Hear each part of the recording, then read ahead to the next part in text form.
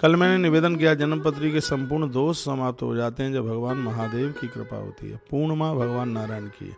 इस दिन सत्यनारायण भगवान की कथा का बहुत ज़्यादा प्रभाव है। ज़्यादा नहीं, 1 वर्ष के ही लिए आप हर पूर्णमासी के दिन भगवान सत्यनारायण भगवान की व्रत कथा पंडित जी महाराज को बुला करके और आप सुन लीजिएगा।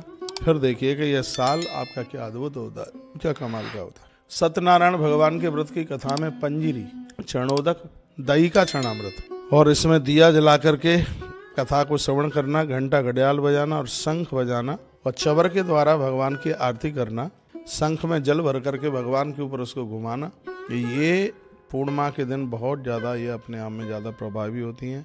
इस दिन रात्रि को चंद्र भगवान को अर्घ दिया जाता है।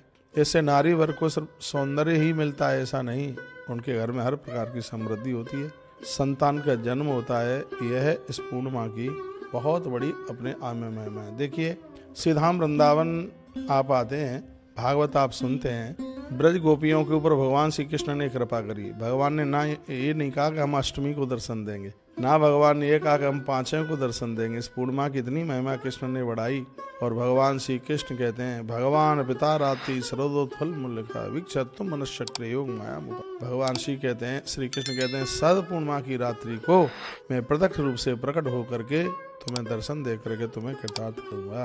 आप समझ लीजिएगा कि पूर्णिमा अपने आप में कितनी बड़ी दिव्य है। पूर्णिमा की इतनी बड़ी महिमा है कि पूर्णिमा को युगाब्द तिथि कहते हैं। मैंने पूर्व में बुलाया कि सतयुग अक्षय तृतीया को प्रकट होता है, त्रेता आंवला नवमी को जो गोपाष्टमी के दूसरे दिन आती है उस दिन प्रकट होता है, द्वापुर अनंत चतुर्दशी जो भादों में पड़ती है, अनंत चौदश उस दिन द्वापुर प्रकट होता है, और माघ के महीने में जो पूर्णिमा पड़ती है उस दिन कलयुग आरंभ होता है। पूर्णिमा का व्रत कलयुग के अपराधों को नष्ट कर देता है, समाप्त कर देता है। इतनी बड़ी महिमा इस पूर्णमासी के व्रत की है।